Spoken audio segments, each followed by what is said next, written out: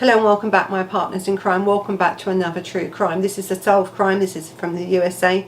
It's Ohio in the USA case. It is a tragic case of the murder of an 11-week-old baby or thereabouts, because his date of death is not really precise, to tell you the truth. And you'll see this in the mother's trial that, I can't remember this sort of thing. But there's a graphic content within this video, and it details of how this baby was harmed, what happened to him, and so there's a serious warning that goes out with this case. If this case is not for you, that's fine. There's plenty more on Murder Analysed that you can look at, which doesn't involve infant children being murdered. So I just want to put that warning out there straight away. Now, this 2-month-old baby was found in a crate at the bottom of a well not far from his parents' home in Ohio. Now, it's a real shocking case, this one, when you think about it, and I've actually got footage of the mother and the father in the court, or, the mother and father of Dylan in the court, being sentenced, and also, being cross-examined as well by the prosecutor, who I must say was an amazing woman, this prosecutor, and how she held it together the way she did. You can only applaud her, because you could see that she was getting very frustrated with this case, and because of the shocking details of this case, really, you can, anyone, whether they're a man or a woman, really, when you are prosecuting this sort of a case, you become emotional. You try and detach yourself from a case, but you just can't. So anyway, this I'm going to outline really what the forensic pathologist who performed Dylan's autopsy said in court about his injuries, and then you can determine whether you want to watch this case or not from that. So this poor 11-week-old baby, Dylan, the pathologist has said that, who performed this autopsy, has said that he sustained fractures to his skull, his arms, his ribs, his leg. Dr. Susan Brown said that she found some of the child's injuries were in a progression of healing, and others weren't. They was probably done at the time of death. So this boy had been abused on and off throughout his times where he spent with his mother and father in this property. There was clear bruising on this child, on the top of his head, especially on the top of his head, and down his face towards his eyes, where he had damage then to his skull fracture. He had his arm was broken. So if you've ever seen a broken arm, you can tell an arm is broken. And there's a reason I'm telling you this, because the father seems to think, or wants us to believe, that he didn't know this was happening to his son. The mothers took full responsibility for these injuries to this child, and he said, "Oh, I didn't realise. I didn't know. I only helped dump the body." It's untrue. There is no way that you can have a look at this child and see the damage, what was happening to this child. It was very evident at that time, and as you'll see as we go through this case with his prosecution, he got away with the aggravated murder part of it, and I don't think he should have. I think there is evidence here. Do I believe the mother that she was the only one abusing this child? No. Personally, I don't. But, they've both been done for different things, and they're going to spend a lot of time in prison for that. But no, I don't believe it. And as we go through this case, I want you to think about what you believe happened to this poor baby, and who was really responsible. Was it just the mother, and then the father's covered it up because that's what they want you to believe? Or was it both? I actually think it was both. Now, after the death of Dylan, they wrapped Dylan up in loads and loads of cling wrap stuff, loads of it, not something you'd have in your kitchen and stuff. And I think she even says that, the mother, "Oh, we didn't wrap him in something from the kitchen, we had to get it from the shed." And then they put him in this crate, and you'll see the prosecutor holding up this crate, and then they put chains on him, they put stuff on him, and they then chucked him down a 30-foot well to hide the body of this child and the damage that had been caused to this child. This is a shocking bloody case, really. And do you know what it was about, really, why they'd done it? Because they're a pair of junkies, really, and their social services had tried to take the child from him, or did take the child from them in the early stages of when the child was born, because he was born with drugs in his system. the same as the mother was. So that automatically warrants, in America, under their laws of social services, that that child would then be removed from the home. Let me direct your attention to the timeframes of January 10th to January 15th, 2019. Were you working as a social worker at Southern Ohio Medical Center at that time? I was working in the emergency department that weekend on January 12th and January 13th. Okay. And did you have an opportunity to receive a referral from the nursery regarding baby Dylan Groves? On January 13th, I received a call from the nursery stating baby Dylan was ready for discharge and they needed to know what the plan was for discharge. I reviewed mom's medical chart, the documentation from the social worker, the drug screens, the things that we review when social work's involved in a case. I seen that CPS hadn't notified us what the plan was, so I called South County CPS. Let me interrupt you just for a second. What is the goal of social services at that point? Make sure the baby's discharged to the safest environment. Okay. And you said you review mother's medical chart? And baby's Yes. medical chart, and then any correspondence or notes from other social workers that have been on staff or on shift? Yes. Okay. And you said as a result of that you contacted Children's Services? Yes. Okay. If you would explain to the members of the jury why you contacted them. One of the other social workers did the maternal substance use assessment because mom was positive, didn't have prenatal care. So we did the assessment, we made a referral to CPS. The on-call social worker that day was Lauren Johnson. She called me back and said that she had been on the unit for 5 hours on Friday with the father. Let me interrupt you just for a second. You said you guys do a maternal. Explain to the jury what that is. We ask their use during pregnancy. Do they have everything they need for the baby? Their mental health history. Are they breast or bottle feeding? Do they have other kids? Do they have prior CPS involvement? Various things like that. Find out their history. Okay. And are the answers to those questions kept in a medical record or document at the hospital? Mom's chart under maternal substance use assessment form. Okay. And was that done in this case? Yes. Okay. Let me take you back to substance abuse history by the mother, reported by the mother. If you would explain to the members of the jury what was reported in her medical record regarding substance abuse. It says that she says she is done with drugs and doesn't need treatment. Okay. Why do you guys take that information? What's the purpose of taking substance abuse history? So we know what the mom's count of her drug abuse history is. Okay. And does any of that relate to the care of the baby or the safety of the baby as far as so we know if the services is mom concerned? has exposed the baby to substance use during her pregnancy. Okay. And you said that you guys contacted Children's Services. Yes. Okay.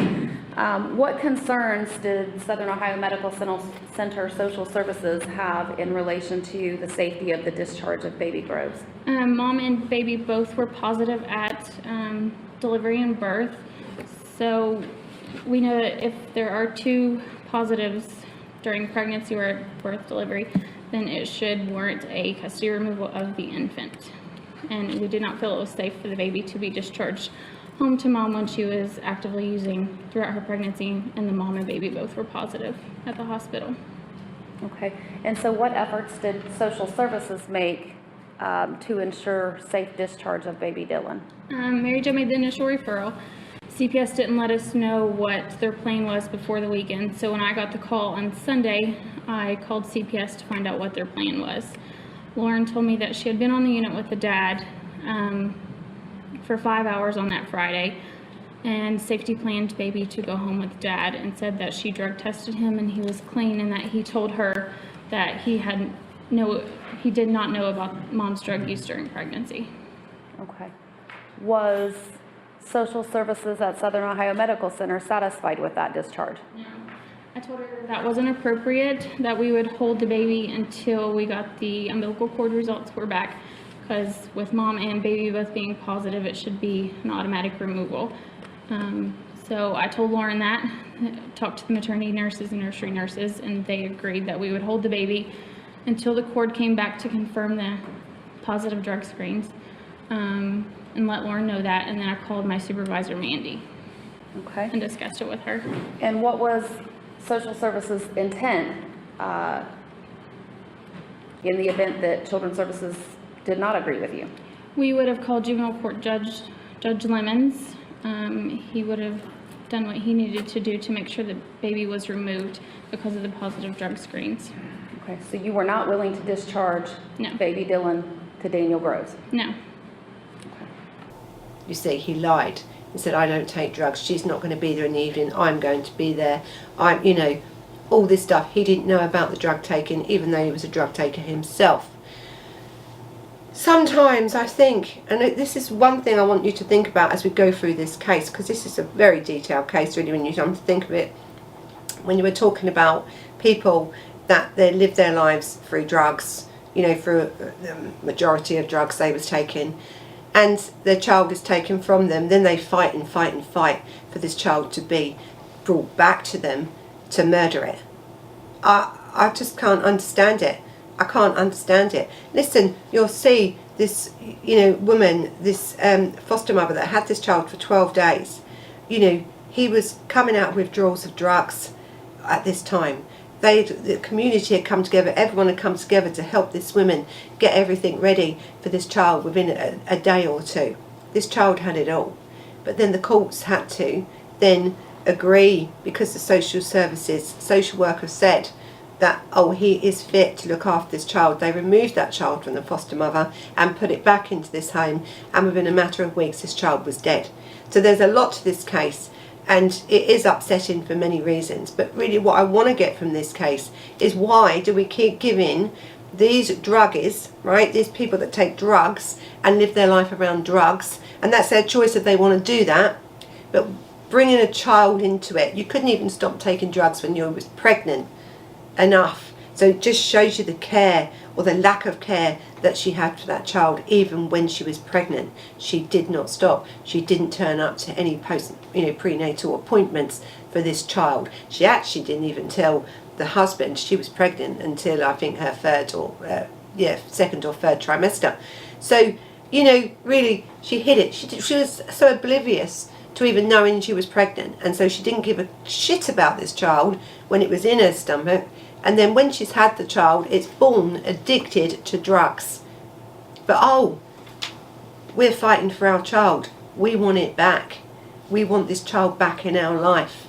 Listen, this is the case of Dylan Groves, and this is the story of these horrible parents who cared more about their dogs than they did about the other child they had in that home, and certainly cared more about them dogs than they did about Dylan. Really, they have got no remorse. They showed no remorse at all. Her crying in this court, and you'll see her crying, is about her being caught, not about the guilt she had for murdering her child.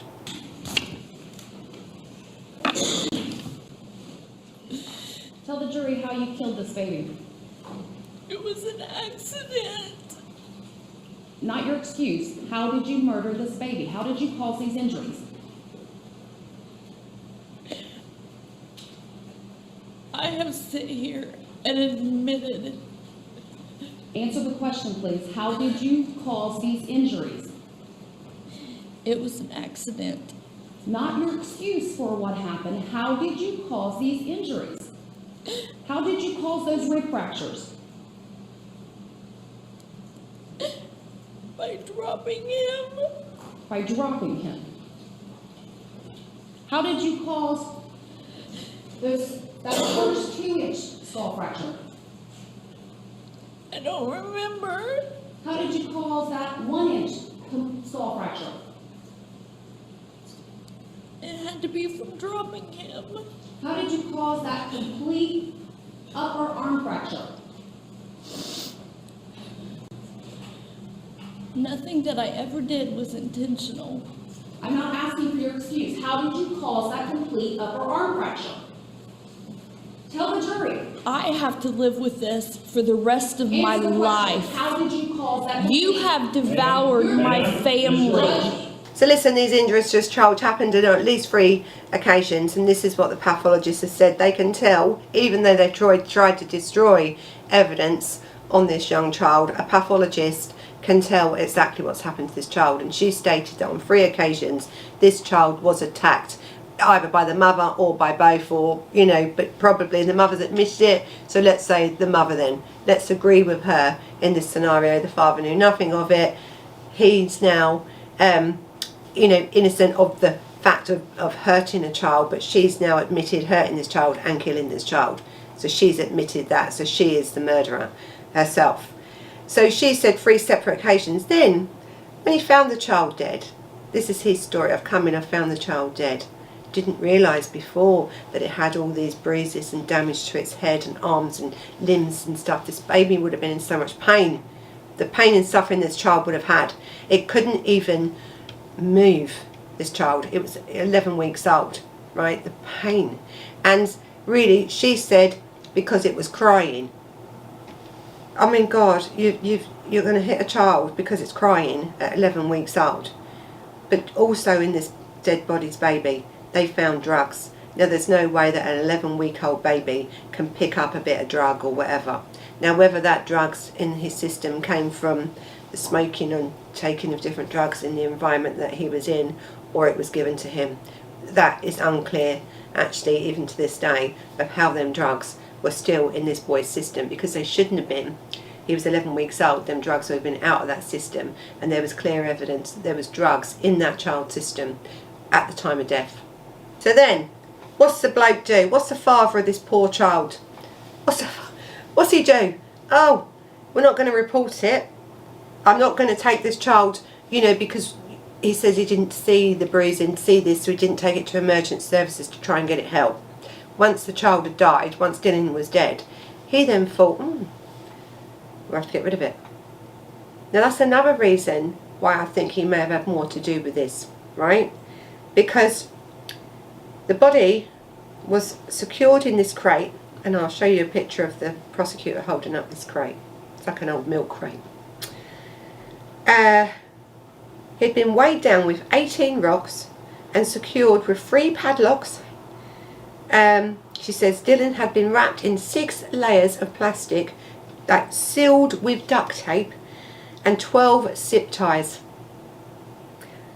So it said the authorities haven't disclosed the cause of death, because I don't think they know. What one did it? The arm fracture that was left? The 2 fractures to the skull that was left? The multiple bruising on the head? The other fractures that this child had, I think 11 or 12 in total? The longevity being left in that sort of pain? I think we can all imagine what the cause of death was. I don't think we need to have a specific one, right? But I think we can all realise, can't we? We can all understand of what caused this child's death and who did it. Okay, so let's talk about what led up to that day or days, because they can't be sure when this child died. So right from the day of his birth, right, on the 10th of January 2019, this boy was born with drugs in his system.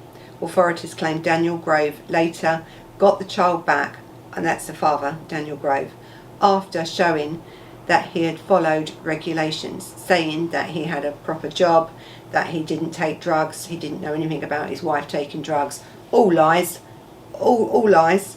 But the defendant allegedly started missing important dates, including court dates and doctor's appointments, because when you have a child that's been in a foster care or removed because how these even people got this child back, I don't know, but they did. But you've had this child back, you have a father now telling you that he is going to be the one responsible for looking after this child, that yes, the mother, and she stated at that point that she had done with drugs and she's never going to take drugs again. She wants to be a good mother to her 2 children, the older boy and now Dylan, and they believed them, right? So there's all these dates set up, and you had social workers visiting the home, and every time they visited that home, this Jessica Graves, the mother, was sitting there holding the baby tightly, and he was wrapped up tightly. Of course he was wrapped up tightly, because you're trying to hide the bruises that you've caused, the damage to the arm. But if these social workers, rather than just going in there, listening to the bullshit what these parents are coming out with, literally pick that child up, because it's their right, they can do that. At any point they can ask to see that child. They can hold that child, check that child out. They didn't. They went in, everything seemed okay. The child seemed to be comfortable and asleep in the mother's arms. She seemed to be okay. Listen, she was abusing this kid. This Daniel Groves, then, this defendant, he was charged with this aggravated murder, but, and kidnapping, endangering a child, tampering with evidence, interference of the custody, gross abuse of a corpse, and 4 counts of assault. So there was so much was going on in this household. And he's missing appointments, he's doing all this, and all of a sudden these police think, well, the social services then bring the police to get involved because they need to find this child, right? They need to find this child. This child really should be now under the court's protection, but the court had let it go back into the parents' or the father's responsibility on the recommendation of the social services, right? They've said, we're going to now remove it from the foster home and send it back to them. That's down to social services. The court will only do recommendations what they get from social services when it does this sort of thing, when it can, when it's about a child's life and safety. So he lied. He gave a good story, didn't he, to the social workers. But my whole thing with this case is, why do we keep believing parents? Why do we keep believing that drug people that take drugs and live a illicit life of drugs and God knows what else they're doing in their household are capable of looking after a newborn child? And I think this is the whole thing with this case. It's a shocking case. This is a terrible case, isn't it? It's a horrendous murder of a child, yes. But further reaching, we have to think, how many more children are we going to lose because of incompetence? And that's really what it comes down to. How do we believe these people that they are going to, do the right thing? You can't, because they're people that take drugs and they lie. And I think if people just understood that, and if people, social workers, use the powers that they had as social workers when they are doing home visits to actually check these children out, because we've had a case, haven't we, here, like baby P, that wasn't checked. And actually when he was checked one time at the hospital, she missed that he had a broken back, right? But you can see the bruises. If you take out the blanket, open up the blanket, the social worker would have seen the bruises, but she left. And a few days later this child then is dead. This is really the whole case of this thing. The mother and father are monsters, right? That's what they are, and they deserve everything they've got. Really, they're monsters for doing what they've done. But we have to put some blame on the authorities here, on these people that did not remove this child. They did it first and give it to them. They fought to remove this child because of the drugs in the baby system. But then he's talked his way around to a social worker and they've believed him without really doing their checks. Not really. If they'd done all their checks, they would have found he didn't really have a job. He hadn't worked there in a long time. He was taking drugs. There was abuse in this home. Actually, when they raided this property, there was a lot of stuff in this property. So these people were not great people. They certainly weren't parent material. So listen, as I said, when they couldn't find this, this man didn't keep turning up to appointments. They had no sightings now of Dylan. Now they're worried, right? The shit's going to hit the fan now, because it's another statistic, isn't it, for the social services that they've done wrong again. They slipped through the net, and another one slipped through the net. But they get a warrant, you see, and the police now are surrounding now this property, because there's forces, I think, from everywhere that's come together now to find this poor young child. And on the 20th of May, these deputies obtained this search warrant, right, and got Jessica Graves to give herself up quickly, and then he barricaded him, this Daniel Graves, the father, barricaded himself in his property. Now, he was barricading himself in this property because he didn't want these police in this property, because there was around $42,000 worth, because it's America, of stolen items in the residence. So he's a thief as well as a killer, really, and a child abuser, really. $42,000 worth of stolen items. That's why they didn't want them in the house. It was later found that the infant was found in this well. Now there was issues with this as well, because when they were both arrested after 6 hour standoff with this man, they was taken to the police station. Of course they was interviewed, weren't they, by then the detectives and stuff. Now this woman detective was really quite good at this interview with him. You know, there's a process to how you do it. You want to get as much information out, but it was clear that he was lying. And also, I don't know how stupid these people are, but in every cell and in every interview room in a police station, everywhere really, you're cameraed up. Now you're cameraed up, plus the cameras have got really, really good listening devices. So even if you're whispering, they can hear. So he told the officer where they could find the body, and they searched and searched and searched. They couldn't find it.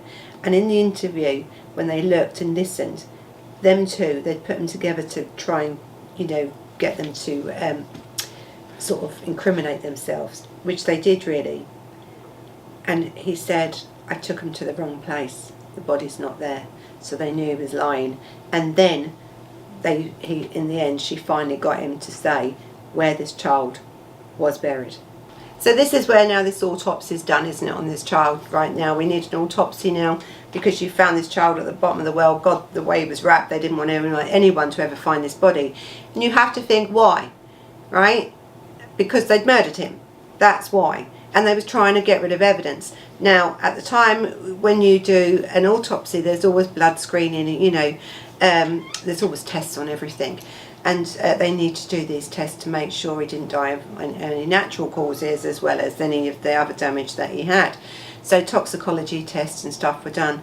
And in this little boy's body, as I've said, this 11-week-old baby's body, methamphetamines were found.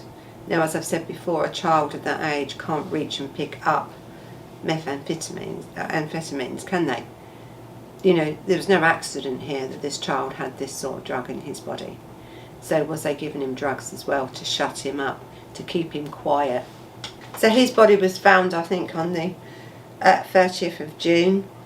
And then parents were Danielle and Jessica Graves, and he was 41 and she was 39. So these are not young, right? That, you know, a lot of people say, oh, because they're young and they take drugs. No, these weren't young. You know, 41 and 39. You already have one child as well. And you think, you know, is their drug addiction so bad that this is what they've got to do? I mean, in this country, in the UK, you know, a lot of times we have people that lose their, I'm telling you, we have people that lose their children because of drugs and drug misuse that they've had. And you see them fighting and fighting and fighting to get these children back. And sometimes, you know, or most of the time, they're on some benefit and something else. So that in that case, you can say, are they fighting for this child because then they have the money that's not spent on the child, like the family allowance and everything else they get, but it's spent on drugs. I'm not really sure with America, so I don't know about their welfare system. But obviously if this man wasn't working and this man had over $40,000 worth of stolen goods in his property, they had enough money. So they didn't want Dylan back for the money, surely. It wasn't about money for them, so what was it about? But then if you fight that hard to get a child back from care, why kill it? You know, some really unanswered questions in here, isn't there really? I mean, you can't even say it's an accident or she's dropped this baby or, you know, the baby's, you know, suffocated or whatever else, because the injuries were sustained in different attacks on this child. So it's a really unusual case, this one, when you know, you see the mother and father that, you know, no matter how they want to get their money, seem to have it. And so what was the real reason behind this killing? Was it because they just couldn't shut this child up? As she said, it wouldn't stop crying. But then why not just give it back and say, we're not really dealing with this, we're not really coping with this? But they didn't. They killed him instead. I think it was methamphetamine and amphetamines in Dylan's liver. So when they're doing the autopsy, that's how they find it. So, you know, with this case, it's a shocking case really, because when you go into hospital and you have a child and you're pregnant and they do a toxicology, a blood test or a urine test, the urine test shows up, right, of some drugs in the system, that automatically then brings up a red flag, and that's when the social services are coming in to then involved in your life. Or in America, in certain cases in Ohio, it's a very good system, because even if you haven't made your antenatal appointments and stuff, that means you're not showing care in your well-being and the well-being of your child. That also is a red flag to them then to come and see you once you've given birth. But yes, you know, in most hospitals, I think all hospitals now, all over the place, you know, you're tested for drug use, because you can't have a child, you know, being born with drugs in his system, because then that way he will have withdrawal symptoms, and them symptoms can be really, really bad. Dylan was actually born a few weeks premature as well, so he was quite small, and he was suffering from drug, you know, withdrawals, really, from the amount of stuff that the mother had took while she was pregnant. So he was, you know, little, and there was a lot of to-ing and fro-ing, I think, in the hospital, because the new drug system that they had there, the new machine that tested it, didn't come up with a positive. It came up with a positive, like, query, could be. And so really it isn't then until you do the blood, or you send that sample off then to be tested, that it comes back with a negative or a positive. Now, if the mother tests positive and the child tests positive to drugs in the system, that's an instant removal of a child, right? Instantly removed, because that shows that you are unfit to be a parent to that child while you're under the influence of drugs. Plus, it also shows that while you was pregnant, you had no care for your child. So that is an instant, that's it, you're taken. But then the thing is, then you have other, this is the policy, right, and it works. And then that child will be taken right from them at birth, is taken, put into a foster home, a foster carer, who Dylan had, that will then look after you until the court determines whether you're capable of getting this child back. But this wasn't really the case in this case. 12 days later, Dylan was returned to the family home because of one social worker's report that said that she had spent 5 hours with the husband, Daniel, the father, Daniel Groves, and that she had believed him, that he had said that he wasn't on drugs, she wasn't on drugs, he didn't know she was taking drugs, and he vouched for her and also took the responsibility for this child. You know, and as I've said before, this is the issue, isn't it? There's an issue. Could this child's life have been saved? Yes, of course he could have been saved. He should never have been put in a place of danger. And when these drug results come through, that is an instant removal. They then have to work and work and work more than 12 days to prove that they are capable of having this child back. Listen, there's a lot of people that have taken drugs and come off drugs and then been great parents. But you are incapable of being a great parent when you are under the influence of drugs or drink or anything else. When you're talking about having a child in the early stages of under 3 months old, it's just shocking, isn't it, really? So really, yes, his death, I think, could have been avoided, but it wasn't. And there again now opens up this can of worms as we then start looking at the policies of social services, you know, the court system. How can we make sure and maintain the safety of the children that are born into drug addicted people? It's very difficult, isn't it? So you're going to see some testimony of Jessica Groves telling the court how she caused the injuries to Dylan. Well, how she can remember causing these injuries, because she sort of can't remember. And she said that the injuries to Dylan were on March the 27th and he died on the March the 28th. So she could remember that, but she couldn't remember how he got them injuries. I have sit here and admitted. Answer the question, please. How did you cause these injuries? It was an accident. Not your excuse for what happened. How did you cause these injuries? How did you cause those rib fractures? By dropping him. By dropping him. How did you cause that first 2-inch skull fracture? I don't remember. How did you cause that 1-inch skull fracture? It had to be from dropping him. How did you cause that complete upper arm fracture? Nothing that I ever did was intentional. Or how she done it, or why. And this is why I'm saying the prosecution in this case was so frustrated. I would be, right? I tell you, you know, you're up at, you know, listen, you've seen the autopsy reports on this child. You would have seen in this courtroom the photographs of this child and how he was wrapped and buried and the injuries to this child. You know, you're seeing all this. This prosecutor is only human, but she wanted some answers, and you'll see it in this clip. She wanted answers, and really, when you look at this woman and her trying to give these answers, and they're crying and, oh, you've destroyed my family. No, no one's destroyed your family. You've destroyed your family because you're a murderer, really. And then as we come down into this case, and then the judge is then giving them their sentencing. Listen, a high sentence, well deserved sentence in this case.